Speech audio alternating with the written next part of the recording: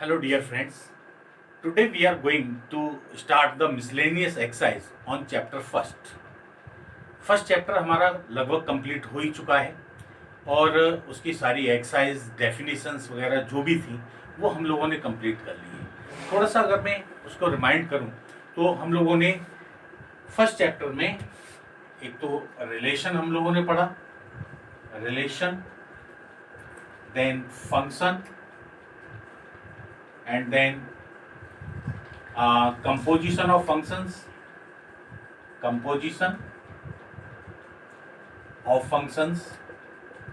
and binary operations, and the last one was the binary operations, right? तो ये हम लोगों ने 4 टॉपिक पढ़े।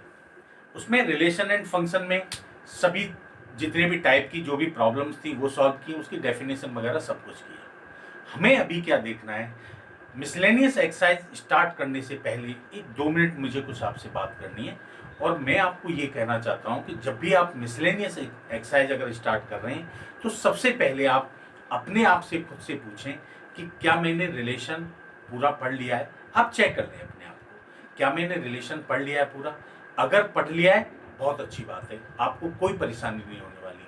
आपने फंक्शन अगर रेगुलर वे में जो हमारी वीडियोस आ रही हैं रेगुलर, वो अगर हम लोग डेली उसके टच में हैं, रेगुलर उसको अगर हम कर रहे हैं, तो मुझे नहीं लगता कि किसी भी टॉपिक में, किसी डेफिनेशन में, किन्हीं क्वेश्चंस को सॉल्व करने में कभी कोई परेशानी नहीं होगी। बट अगर नहीं पढ़ा है तो एक बार आप रिलेशन पढ़ जरूर लीजिएगा, फंक्शन जरूर पढ़ लीजिएगा, composition of function, binary operation, सारे ये, क्योंकि ये डेफिनेशंस आप पढ़ लेंगे, आप डिटेल स्टडी अगर आप लास्ट वीडियोस अगर आप देख लेंगे तो आपको मिसलेनियस एक्सरसाइज करने में और उनसे रिलेटेड बाकी के क्वेश्चंस भी करने में आपको कोई परेशानी नहीं होगी। तो मेरी सबसे पहली एडवाइस आपको ये है कि आप लास्ट वीडियोस एक बार जरूर देख लें और उनको समझ लें। रेगुलर बेसिस पे हमारे वीडियोस आ रहे हैं तो आप उनको प्रॉपर देखते चलिए और उसके अकॉर्डिंग आप उसको फॉलो करते चलेंगे तो मिसलेनियस एक्सरसाइज में कोई परेशानी नहीं आने वाली, राइट? क्योंकि मैंने जो मेथड हम लोगों ने अप्लाई किए उसी के सारे मिक्स क्वेश्चन हैं इसमें, वही हम लोग सॉल्व करेंगे, वही मेथड अप्लाई करेंगे, तो मुझे नहीं लगता कि कोई परेशानी होने वाली है, राइट? चलते हैं क्वेश्चन नंबर फर्स्ट पर। और क्वेश्चन नंबर फर्स्ट है आपका, it is given that f from R to R a function is given. What is the function? Here, this function f from R to R defined as, it is given and defined as fx equal to 10x plus 7. ये function आपको दे रखा है। You have to find another function. हम लोगों को क्या निकालना है, हमें एक दूसरा फंक्शन g निकालना है, R से R में हो, such that g composition f equal to f composition equal to identity function. सबसे पहली बात आप ये देखिए कि ये जो फंक्शन है मेरा f फंक्शन कहां से कहां तक है भाई, R से लेकर के R तक है, right?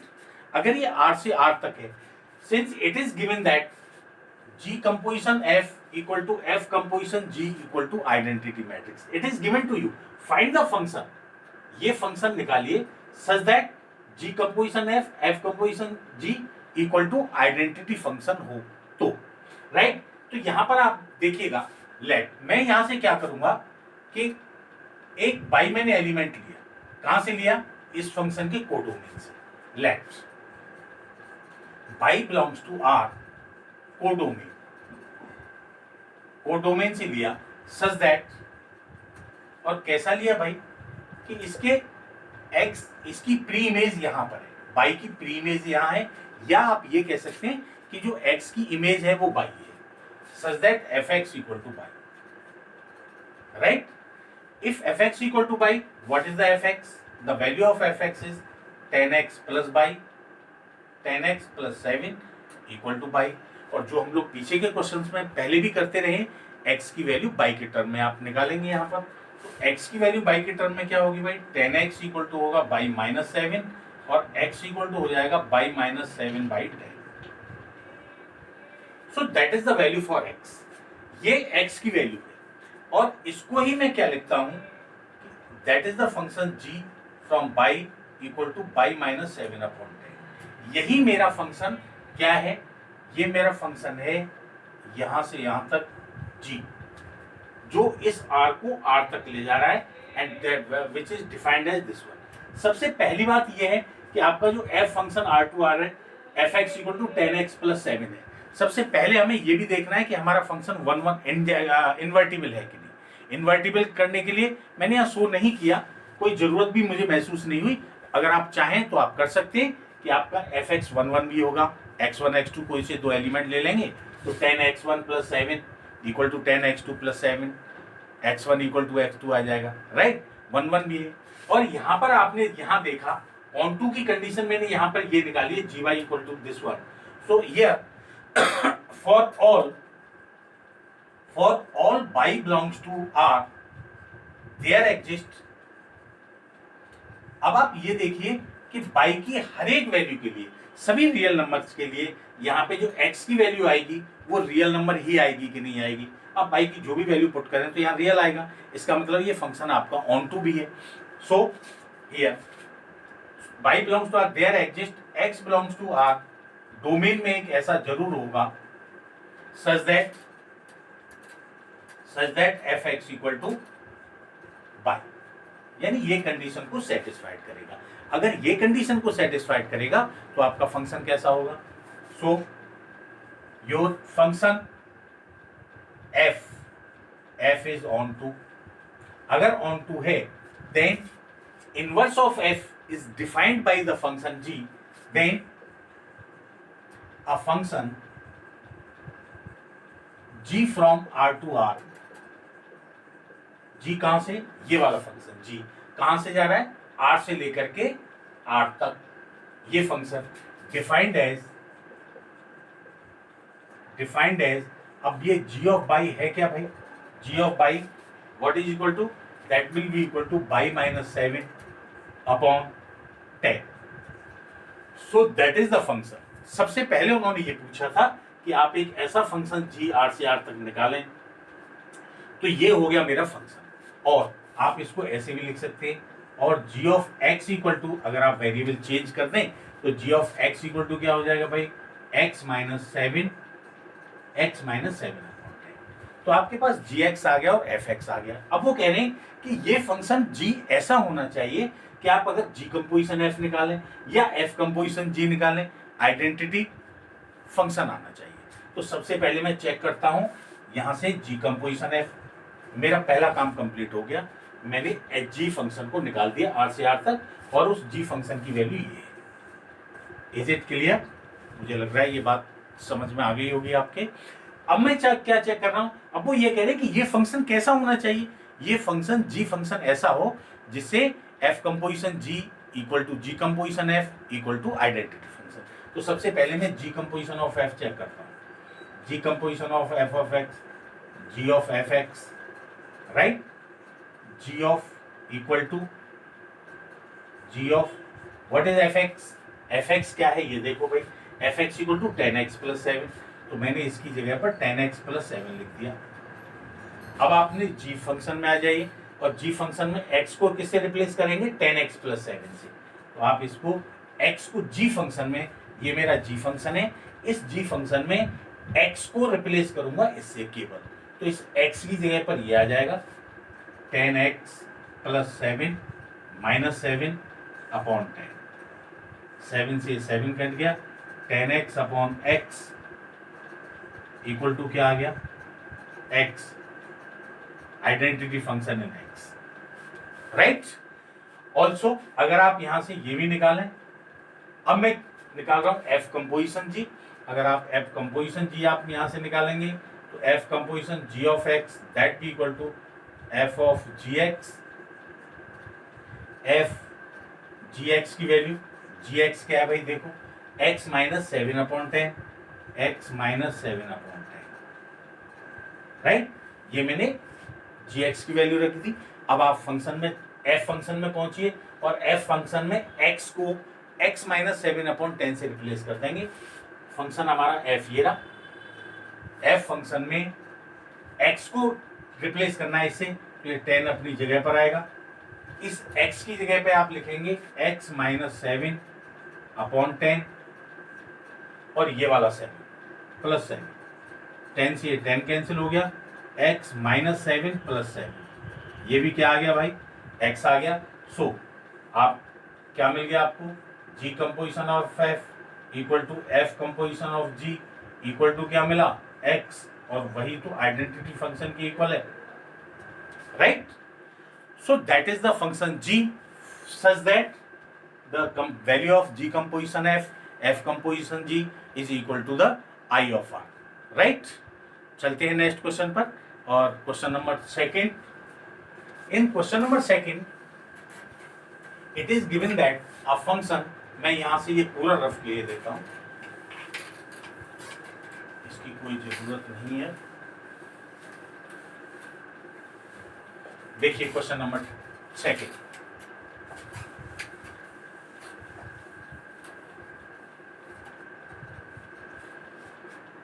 okay, if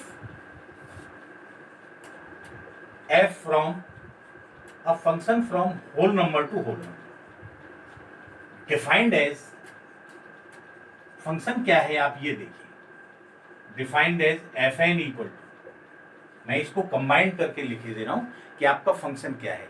the function, the value of the function is equal to n minus 1 है। ये कब है भाई, इफ n इज ऑड, अगर n ऑड है तो n माइनस 1 है, इसकी वैल्यू n प्लस 1 है if n is even, right. This is the function, और आपको शो करना है कि f is invertible. To show, आपको क्या शो करना है, f इज इन्वर्टिबल।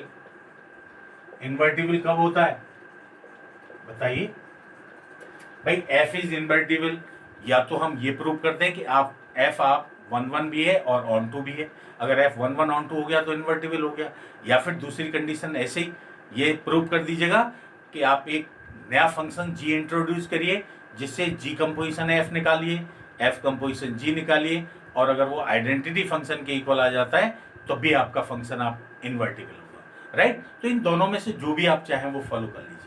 मैं यहाँ पर f को 1 1 प्रूव करूंगा और f को ऑन टू प्रूव करूंगा, राइट। अगर दोनों ही प्रूव हो जाएंगे तो हमारा फंक्शन इन्वर्टिबल हो जाएगा, and after that we will find the value for f inverse. Okay, चलते यहां पर आप देखिएगा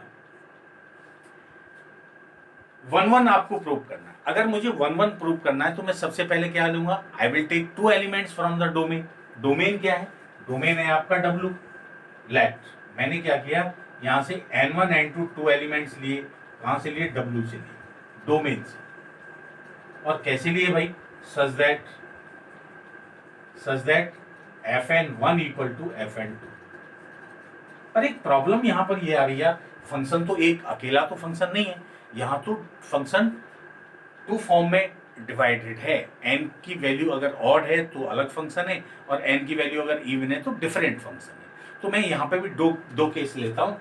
केस फर्स्ट मैंने लिया, केस फर्स्ट, अब या तो n1 और n2 मैंने 2 एलिमेंट लिए, n1 और n2 दोनों ही एक इवन है एक ऑड है, राइट। या ये हो सकता है कि n1 और n2 दोनों ही इवन है, या n1 n2 दोनों ही ऑड है, या फिर n1 odd n2 even, n1 even n2 odd. 4 cases हो सकते हैं, तो मैं दो केस की बात कर रहा हूँ। सबसे पहले मैं अपोजिट ले लेता हूँ कि एक n1 ऑड है और n2 इवन है। चलिए केस फर्स्ट मैंने लिया, if n1 is odd and n2 is even. ध्यान से समझते चलिएगा, क्वेश्चन थोड़ा सा अलग हटके है, परेशानी कुछ नहीं, मेथड हमारे वही रहेंगे, चेंज कुछ होगा नहीं, इसलिए समझने में कोई परेशानी नहीं होने वाली है आपको, बस आप ठीक से समझते चलिएगा, राइट। तो मैंने यहाँ पर n1 को ऑड लिया और n2 को इवन लिया। कंडीशन क्या लगा रहे हैं आप लगा रहे हैं कि fn1 इक्वल टू fn2 हो। भाई 1 1 के लिए यही लेके चलते हैं, तो fn1 क्या हो जाएगा, n1 आपका ऑड है, अगर n1 ऑड है तो फिर fn क्या हो जाएगा, n1 माइनस 1 हो जाएगा।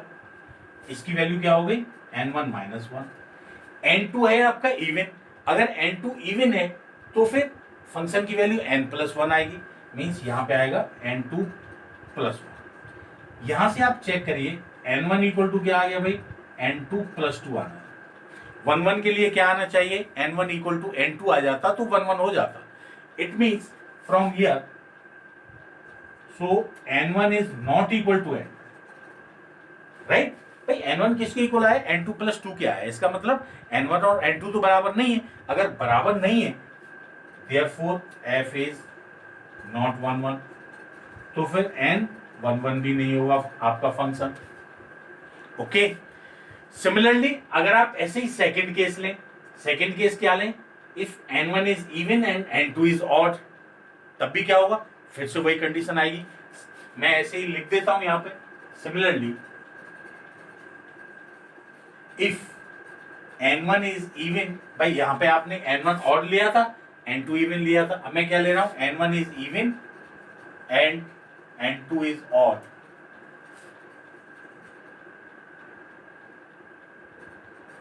then f is not 1 1, f is not 1 1, तब भी आपका जो फंक्शन है 1 1 नहीं होगा। आप चेक कर सकते हैं, बिल्कुल सेम प्रोसीजर यही अप्लाई करना है, राइट।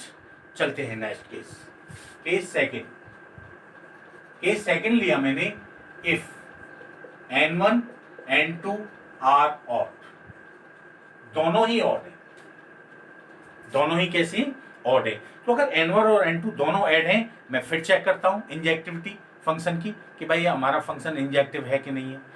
तो वही आपने n1 और n2 दोनों ऑड हैं, सच दैट, कंडीशन तो हमने पहले लिखी रखी है, such that fn1 equal to fn2, दोनों ही ऑड हैं, n1 भी ऑड है और n2 भी ऑड है। अगर n1 ऑड है तो फंक्शन की वैल्यू क्या आएगी भाई, n1 माइनस 1, यहां से आप लिखेंगे n1 माइनस 1 इक्वल टू, और fn2 टू n2 भी ऑड है तो ये भी हो जाएगा n2 माइनस 1, इस 1 से माइनस 1 कैंसिल हो जाएगा, n1 इक्वल टू क्या आ गया n2, so fn1 equal to fn2 implies that n1 equal to n2 for all n1 n2 belongs to the domain W.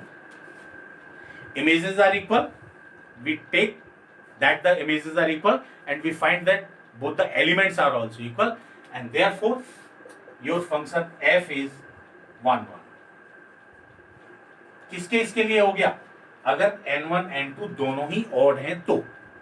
Similarly अगर आप लेंगे कि n1 और n2 दोनों ही इवन है, same case will be there, फिर से वही काम, बट उसके लिए फंक्शन ये चेंज हो जाएगा, n1 plus 1 equal to n2 plus 1, n1 से 1 कैंसिल हो जाएगा, n1 इक्वल टू n2 आ जाएगा।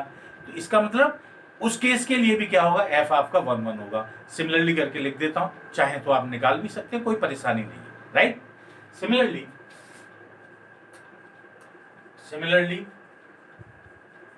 If n1 n2 are even, तब भी क्या आएगा, फंक्शन f इज 1 1। तो जो फंक्शन है हमारा f 1 1 दो केसेस के लिए आया। अगर n1 n2 को या तो हम ऑड लें तब भी फंक्शन 1 1 आएगा, या n1 n2 दोनों को इवन लें तब भी फंक्शन हमारा 1 1 आएगा, राइट। अगर अपोजिट लेते हैं n1 ऑड n2 इवन, नहीं आएगा, n2 को ऑड n1 को इवन, तब भी हमारा 1 1 नहीं आया। तो इसका मतलब आगे जो हम डिस्कस करेंगे हमें f इन्वर्टिबल होगा तो केवल इन केसेस के लिए ही इन्वर्टिबल होगा, राइट। तो इन्वर्टिबल के लिए जब आप प्रूव करेंगे तो ये हो गया हमारा 1 1 की कंडीशन। अब चलते हैं सब्जेक्टिविटी। सब्जेक्टिविटी मतलब ऑन टू चेक करते हैं, ऑन टू अगर हमारा फंक्शन ऑन टू भी हो जाएगा 1 1 है तो इंजेक्टिव सॉरी ये इन्वर्टिबल हो जाएगा, राइट। चलते हैं भाई सब्जेक्टिविटी चेक कीजिएगा, सब्जेक्टिविटी। और सब्जेक्टिविटी के लिए क्या करेंगे भाई, सब्जेक्टिविटी ये देखिए, ये आपका फंक्शन है, ये हमारा डोमेन है और ये कोडोमेन है, ये फंक्शन है f, कहां से कहां तक है, w से लेकर के w तक, होल नंबर से होल नंबर तक। ओके, आपका अगर यहां पे आप कोई एक एलिमेंट लेते हैं बाई, तो ऑन टू दिखाने के लिए उसकी प्री इमेज यहां जरूर होनी चाहिए। बाई के डब्ल्यू के हर एक एलिमेंट की प्री इमेज कहाँ हो, यहाँ हो, राइट। तो बाई की प्री इमेज कहाँ होनी चाहिए, यहाँ होनी चाहिए। तो मैं यहाँ लेता हूँ लेट, मैंने एक बाई लिया, y belongs to W, W means codomain, codomain से लिया।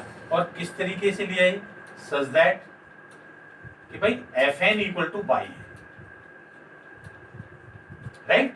कि जो बाई है वो इसके द्वारा एन की इमेज बाई बन रही है, okay, such that F N equal to by.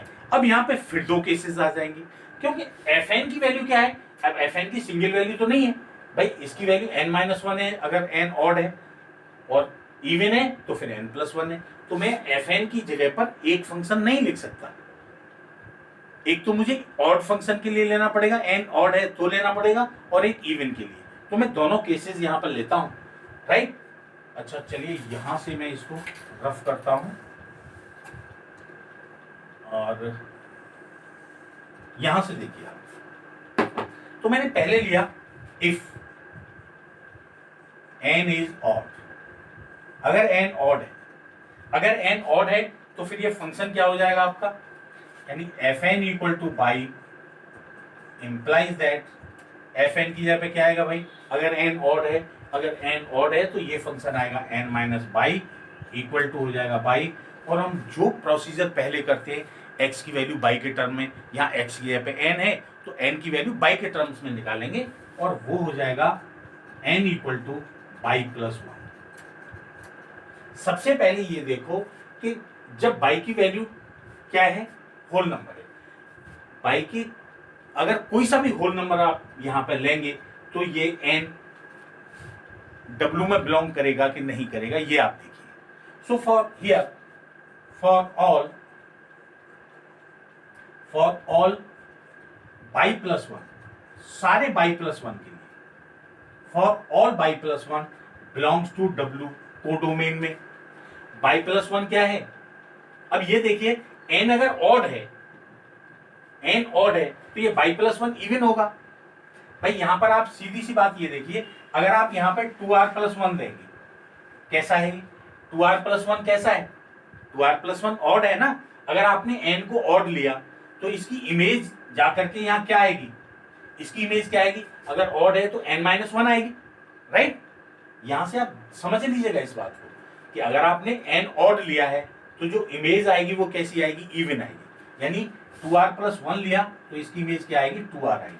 अगर आपने एन लिया, एन ऑड है, एन ऑड है तो बाई कैसा आएगा, इवन आएगा, right. So for all y belongs there exist n belongs to W domain such that fn equal to y। इसका मतलब ये हो गया कि इसके every even element of W has its odd pre-image। अगर यहाँ even है तो उसकी pre-image कहां बनेगी, odd बनेगी। भाई यहां पे आपने क्लियर हुआ कि नहीं, मैंने कहा अगर मैं आप यहाँ एन ऑड ले रहे हैं, अगर आप एन ऑड ले रहे हैं तो उसकी इमेज क्या आएगी, एन माइनस वन आएगी।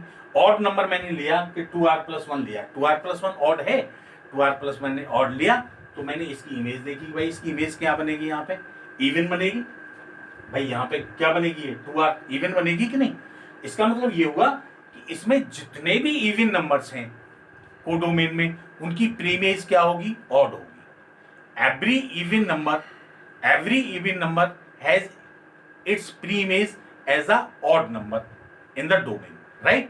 तो क्या यहां से क्या आप इसको ऐसे भी लिख सकते हैं, और every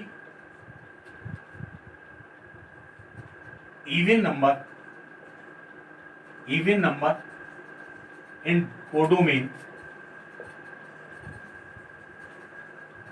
has its pre-image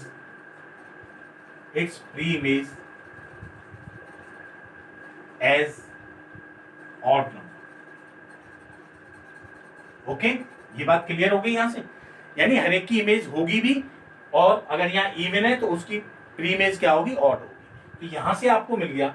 so your G y equal to N को तो इसको तो जी बाई लिखते हैं, जी बाई इक्वल टू क्या मिल गया, बाई प्लस 1 मिल गया। ये कब मिला भाई, अगर बाई इज ऑड है, राइट। यहां से एक केस इसका मिल गया जब एन ऑड है। चलिए सेकंड केस की बात करते हैं। इफ एन इज इवन, अगर आपने इवन लिया, अगर आप यहां से एन इवन ले रहे हैं, अगर एन इवन है तो उसकी इमेज क्या बनेगी, एन प्लस 1, यानी इवन में 1 प्लस करेंगे तो क्या आएगा, ऑड। इट मींस जो इवन नंबर है यहां पर उनकी इमेज क्या आएगी, ऑड आएगी। आप इसको उल्टा करके अगर आप देखें तो कोडोमेन में जो ऑड नंबर्स हैं उनकी प्रीमेज क्या मिलेगी, आपको इवन मिलेगी, राइट।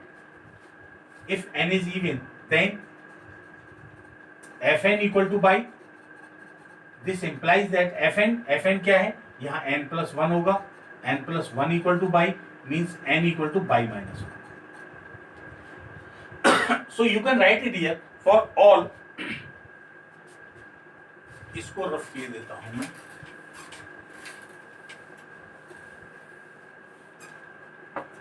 and therefore every, ये नंबर कैसा आया, अगर ये इवन है तो ऑड आया। every odd number by minus 1 belongs to W has its pre-image क्या होगी, pre-image n, राइट। और ये कैसी होगी, अगर ये ऑड नंबर है तो ये कैसी होगी, इवन होगी in domain. Okay, so such that यहां से आपका ये मिल गया ना आपको, n equal to by minus 1, n equal to by minus 1 means g of by equal to क्या मिलेगा, ये बाई माइनस 1। ये कब मिला आपको, g इक्वल टू, ये जब आपका बाई इज इवन है। अगर ये इवन है तो आपको जी बाई की वैल्यू ये मिल गई। इसका मतलब दो फंक्शन मिले। So you have two functions g y. एक तो जी बाई मिला आपको ये बाई प्लस 1, बाई प्लस 1 कब मिला भाई, अगर आपका बाई इज ऑड, बाई कैसा है, ऑड है। और बाई माइनस 1 मिला, कब मिला, बाई इज इवन। तो सबसे पहली बात ये आ गया कि हमें एक ऐसा फंक्शन मिल गया f, जो हमारा फंक्शन f 1 हमने ऑलरेडी प्रूव कर दिया है और यहां से ऑन टू भी प्रूव हो गया। So you can write it hence f is onto, f is onto. f हमारा 1 भी है और ऑन टू भी है, 1 है ऑन टू है, कैसा होगा। और you can write it as f is 1 on 2,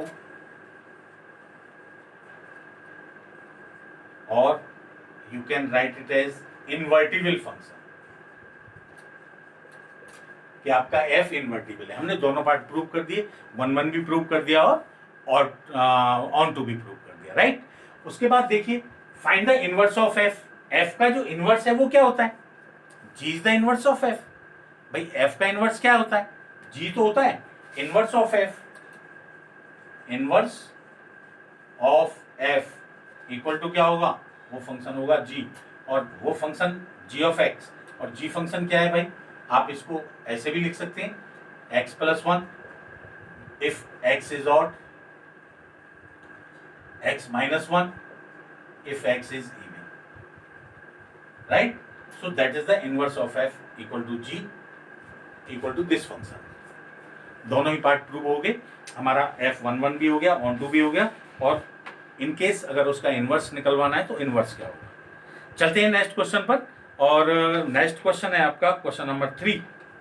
and in question number 3 a function fx is defined. देखिए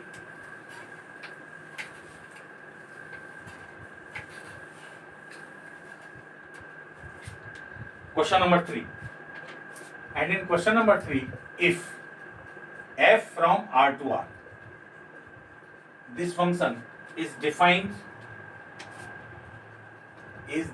by is defined by fx equal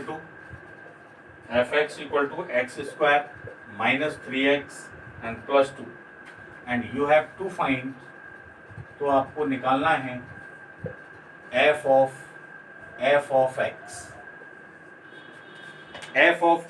x निकालना है।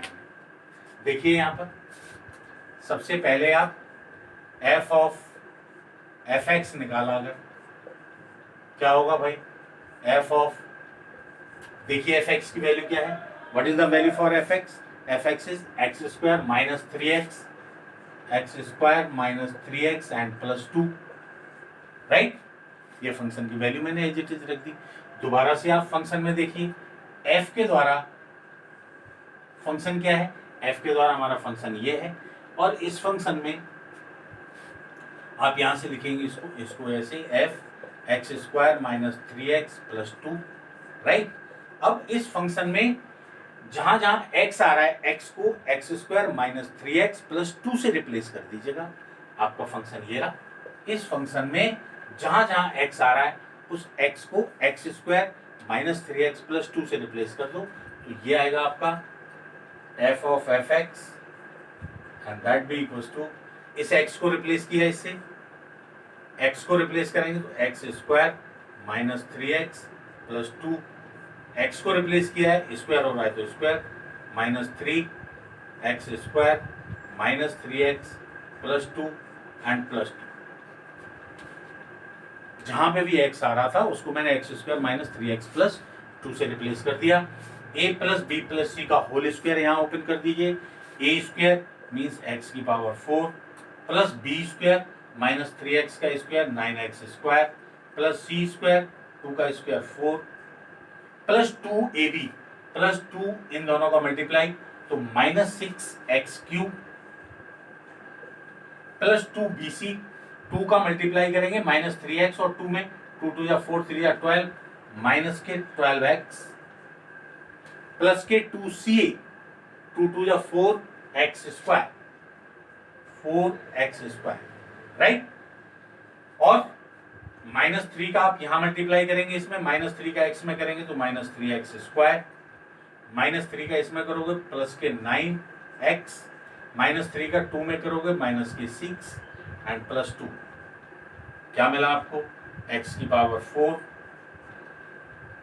x उसे x4 से छोटी पावर देखिए, x4 से छोटी पावर x क्यूब कितनी बार आया भाई, केवल ये टर्म में माइनस के 6x क्यूब, x स्क्वायर देखिए, x square 9x square plus 4 13x square, 13 में से 3 माइनस जाएंगे तो प्लस के 10x स्क्वायर मिलेगा आपको।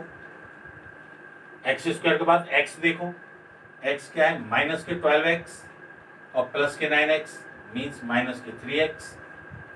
Numbers 4 plus 2 6 and minus 6 0, so that is the value for f of fx b equals to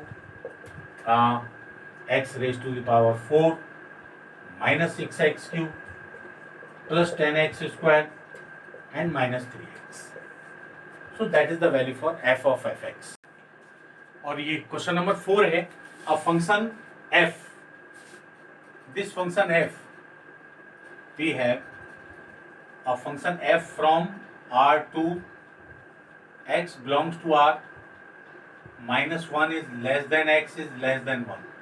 यहाँ पे थोड़ा सा ध्यान रखना है हम लोगों को कि ये जो फंक्शन है, जो हमारा सेट है, वो क्या है, कोई भी रियल नंबर से, बट कौन से, -1 से 1 के बीच में जितने भी रियल नंबर्स हैं वो सारे सेट में है, right. And this function is defined by fx equal to x upon 1 plus mod of x, ये है x बिलोंग्स टू r। सबसे पहले तो आप मॉड्यूलस फंक्शन को डिफाइन कर लीजिएगा। मॉड्यूलस फंक्शन हम जानते हैं, mod of x equal to, इसकी वैल्यू माइनस x होती है कब, if x is less than 0, positive x होती है if x is greater than और इक्वल टू 0, राइट। तो ये हमारे मॉड्यूलस फंक्शन की डेफिनेशन होती है। उसको आप अगर यहाँ पे अप्लाई कर देंगे तो आपके पास मिलेगा fx equal to x upon 1 plus x मिलेगा, यानी मॉड ऑफ x बाहर आके प्लस x हो जाएगा, कब होगा, if x is greater than और इक्वल टू 0, और x अपॉन 1 माइनस x होगा कब होगा भाई? जब x की वैल्यू लेस देन 0 है, for all x belongs to r। तो सबसे पहला काम मैंने ये किया कि मेरा जो फंक्शन था उसको मैंने डिफाइन कर दिया। अब मैं बात करता हूं, we have to prove that the function is 1 1 on 2। सबसे पहले आप इंजेक्टिविटी की मैं बात करता हूं, इंजेक्टिविटी। और अब यहाँ दो केसेस हो गए, एक तो x इज ग्रेटर देन और इक्वल टू 0 के लिए, और एक x इज लेस देन 0 के लिए। केस फर्स्ट, मैंने फर्स्ट केस लिया कि when x is greater than और इक्वल टू 0। जब x इज ग्रेटर देन और इक्वल टू 0 है तो इंजेक्टिविटी चेक करता हूं मैं, इंजेक्टिविटी कि हमारा फंक्शन इंजेक्टिव है कि नहीं। वही लेट कोई से दो एलिमेंट लेंगे हम लोग, x1 एंड x2। कहां से? अपने डोमेन से। और डोमेन क्या है? Real number. Such that fx1 equal to fx2, fx1 equal to fx2। और आपको ये ध्यान जरूर रखना है कि यहां पर जो हमने x लिए वो कैसे लिए हैं? ग्रेटर देन और इक्वल टू 0 है। तो जो दोनों ही x1 x2 है रियल नंबर से तो लिए हैं, बट वो नंबर कैसे हैं? दोनों ही 0 से बड़े हैं, राइट? तो यहां पर ये लिया आपने। अब आप ये देखिए, जब x इज ग्रेटर देन और इक्वल टू 0 है तो फंक्शन की वैल्यू क्या है आपकी? x upon 1 plus x। ये होगा x1 upon 1 plus x1 equal to x2 upon 1 plus x2। Cross multiply कर दो, x1 का मल्टीप्लाई 1 प्लस x2 में इक्वल टू x2 का मल्टीप्लाई 1 प्लस x1 में करेंगे तो यहां से आपको मिल जाएगा, this will implies that x1 plus x1 x2 equal to x2 plus x2 and x1। ये मिल गया। यहां से x1 x2 दोनों कैंसिल हो जाएंगे और यहां क्या मिलेगा आपको भाई? x1 equal to x2। So fx1 equal to fx2 हम लोग लेकर के चले थे और रिजल्ट क्या मिल गया? x1 equal to x2 for all x1 x2 belongs to r and x is greater than और इक्वल टू 0 के लिए f is injective and therefore f is 1 1। f 1 1 prove हो गया भाई। चलिए सेकंड पार्ट के लिए चलते हैं। सेकंड पार्ट के लिए क्या करेंगे? सब्जेक्टिव, सर्जेक्टिविटी मीन्स आपका फंक्शन 1 1 ऑन 2 है कि नहीं, और वो भी केस वही ले रहे हैं हम लोग। किसके लिए? For x is greater than और इक्वल टू 0। अच्छा एक बात यहाँ पे देखिएगा, आपका जो यहाँ पे कोडोमेन है वो क्या है? -1 से लेकर के 1 तक है, -1 से लेकर के 1 तक है। यहाँ देखो, ये आपका, ये हमारा फंक्शन है f। तो अगर आप इसको ब्रेक करेंगे, यहाँ पे देखिए, आप इसको दो पार्ट में ब्रेक कर सकते हैं। -1 is less then x is less then 1। आप इसको दो पार्ट में, एक तो 0 से बड़ा है। अब 0 से बड़ा है तो कहां तक होगा भाई? 0 से बड़ा है तो कहां तक जाएगा? 1 तक जाएगा। आप इसको एक तो फंक्शन लगेंगे 0 से लेकर के 1 तक यूनियन, और दूसरा क्या होगा? -1 से 0 तक, राइट? तो ये फंक्शन को ब्रेक कर देंगे आप। चलिए खैर, यहाँ सब्जेक्टिविटी जब मैं चेक करने वाला हूं तो आपका ये डोमेन तो होगा रियल नंबर ही। अब ये देखो कि ये कोडोमेन क्या होगा? कोडोमेन कब होगा? जब x इज ग्रेटर देन और इक्वल टू 0 है। हमने क्या लिया है? When x is greater than और इक्वल टू 0, और x 0 से बड़ा है मींस यहां पर कौन सा आएगा? ये 0 से लेकर के 1 तक। तो यहां जो रेंज आएगी इनकी वो 0 से लेकर के 1 तक आएगी। ये समझना बहुत जरूरी है यहाँ पर, राइट? तो जब भी हम लोग x इज ग्रेटर देन और इक्वल टू 0 लिया तो इसको 2 पार्ट में आप ब्रेक कर देंगे, तो रेंज भी आप वही लेंगे जो x इज ग्रेटर देन और इक्वल टू 0 के लिए आ रही है, और वो रेंज होगी आपकी 0 से लेकर के 1 तक। अगर आप यहां से बाई लें, लेट आप बाई बिलोंग्स टू, मैंने कहां से लिया?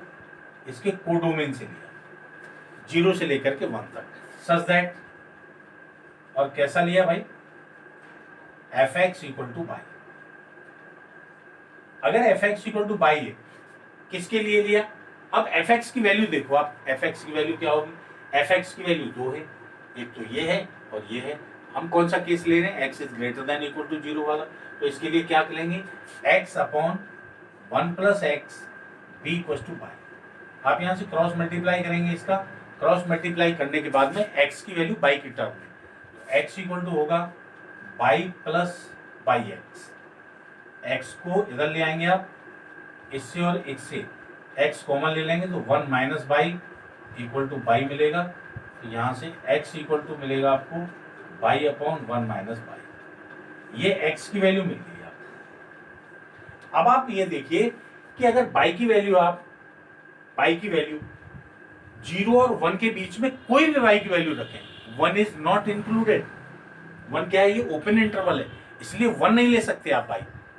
ये समझ में आ रहा है ना, ये 0 से 1 के बीच की सारी वैल्यू लेनी है। 0 तो इंक्लूड है बट 1 इंक्लूड नहीं है। तो आप ऐसी इनमें से कोई भी बाई की वैल्यू ले यहाँ पर और रखें तो x रियल नंबर आएगा कि नहीं आएगा ये चेक कर लें। चेक करो, आप कोई भी बाई की वैल्यू रखो, आप 0 से 1 के बीच में कोई भी वैल्यू, 1 नहीं रख सकते क्योंकि ओपन इंटरवल है।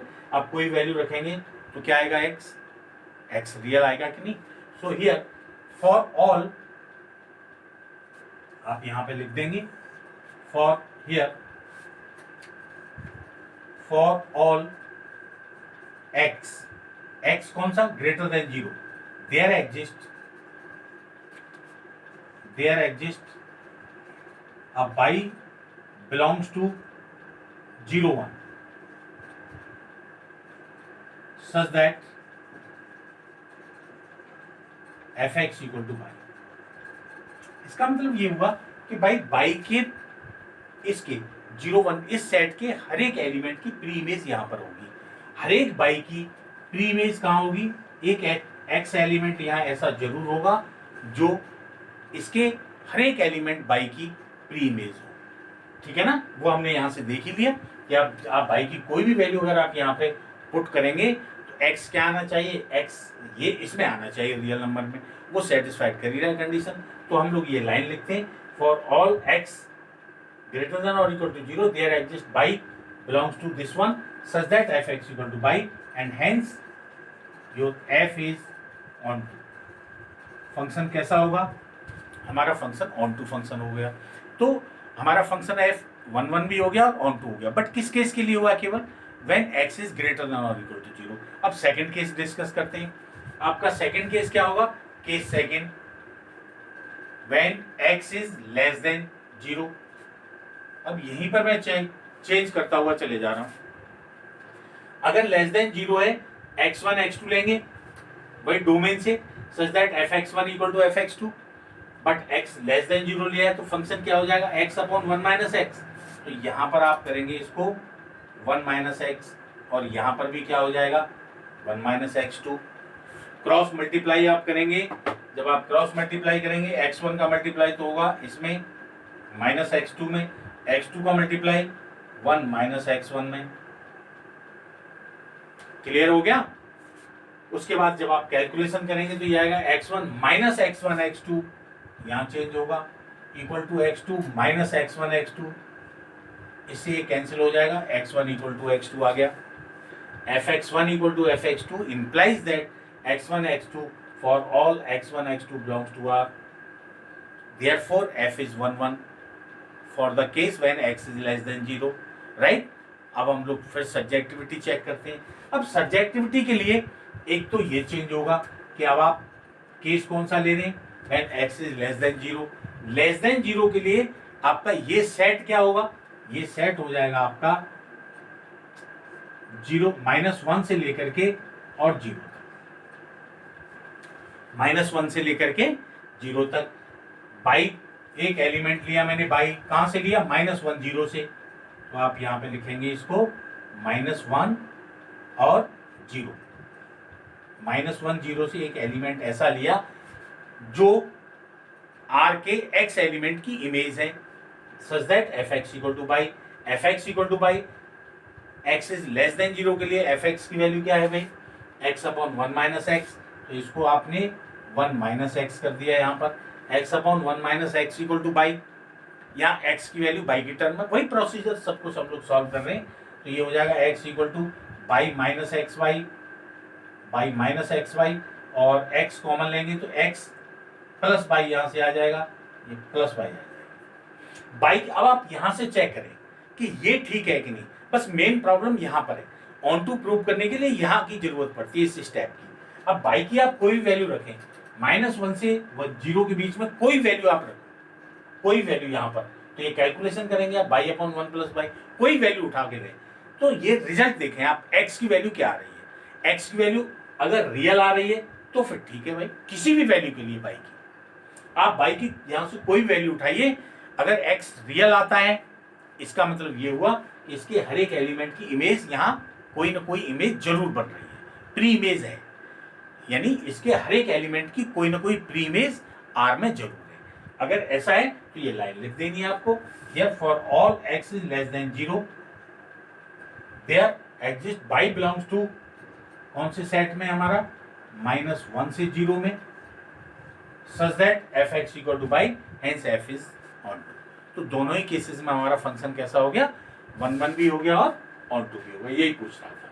चलते हैं क्वेश्चन नंबर 5 पर, और आपका क्वेश्चन नंबर 5 है,